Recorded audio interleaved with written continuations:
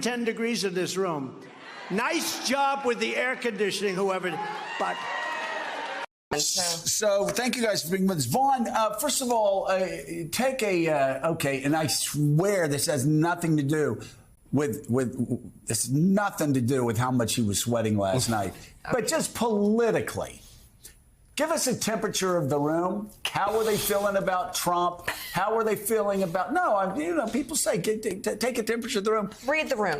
Read the room for us. I would take it if they're going to a Trump rally, most of them are going to be rock-ribbed Trump supporters. Is that what you found there? Were there any people that were questioning whether he could actually win in a general election, or are they all in for Donald Trump? My dry idea worked perfectly fine yesterday to know. But look, when we're looking at that gymnasium yesterday, good to know. I think this hits at the point here that, Joe, you were just making.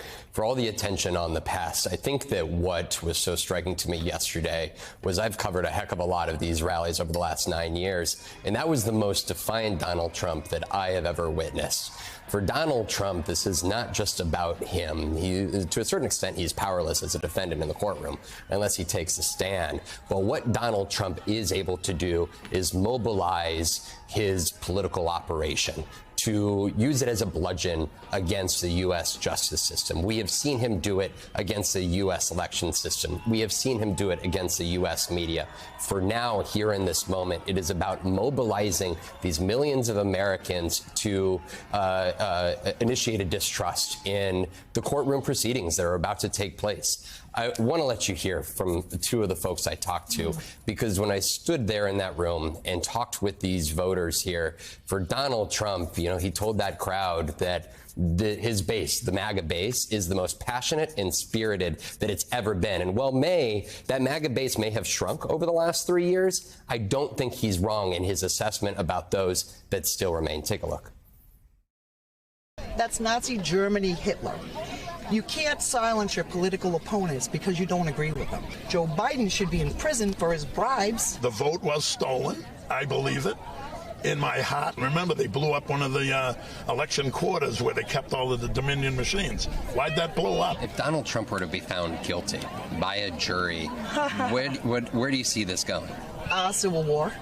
Civil war. Divide it up, because we can't live together, obviously. And if he wants me to protect them, I'm going to go in there. I'm going to let him know that I'll do it.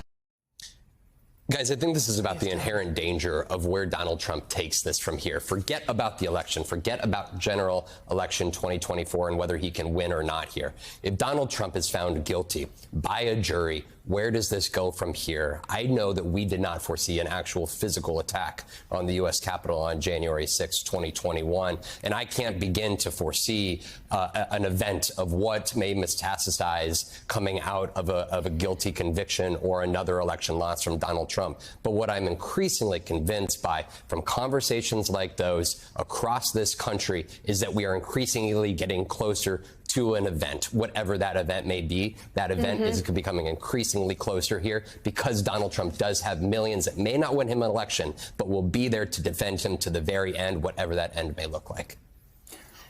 Joe, this is where Republican leaders are so needed, and they are so not present for the truth, for reality. We need 100 McCain moments, 100 times over. Remember when he said to that member of the audience, no, you're wrong, when the disparaging comment, the untrue comment was made about Barack Obama. This is why this is pervading, because other Republican leaders, members of Congress, Trumpers, people who have either been infected by his lies or know Kevin McCarthy, that he is a liar and has committed crimes against this democracy. You know it to your core, and you play that game.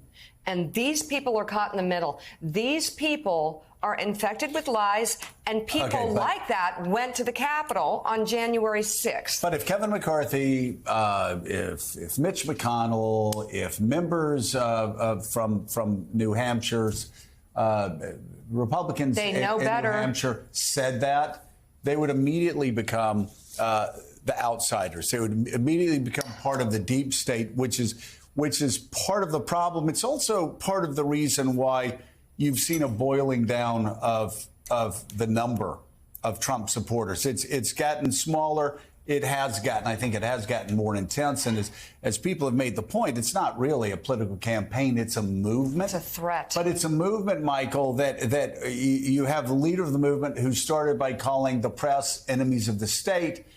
He then undermined Americans' confidence in elections when he knew he was going to lose. He started talking about how American democracy was rigged. And so he turned his supporters against that. Now he's turning his supporters against the judicial system, the rule of law in the United States, because he knows he's going to be found guilty of some of these charges because he committed the crimes. And the question is, what are you hearing on the Hill? We certainly hear what members say publicly. Are you hearing any concerns privately from Republicans about the continued radicalization of Donald Trump and his supporters? Well, look, Joe, absolutely some moderates and more centrists in the party have been voicing concerns about this. There are a number of lawmakers up on Capitol Hill who have said, a number of Republicans, rather, more of those moderates and centrists, who have said that they don't want to see Donald Trump be the Republican nominee come 2024. There are a number of other lawmakers, Republicans, who have endorsed some of Donald Trump's challengers. But look, the reality of it is that Donald Trump is still the leader of the Republican Party. He's, of course, the overall frontrunner in the GOP primary. And when we talk about some of these followers, particularly those ones up on Capitol Hill, who could become the minority of the party if they were to speak out against Donald Trump, we saw some lawmakers try this out after January 6th. You talked about Speaker Kevin McCarthy. Back when he was minority leader, we'll all remember that days after the January 6th Capitol riot, Kevin McCarthy went to the House floor during that impeachment debate and actually said President Trump bore responsibility for the riot and said that he needs to take responsibility for the actions that happened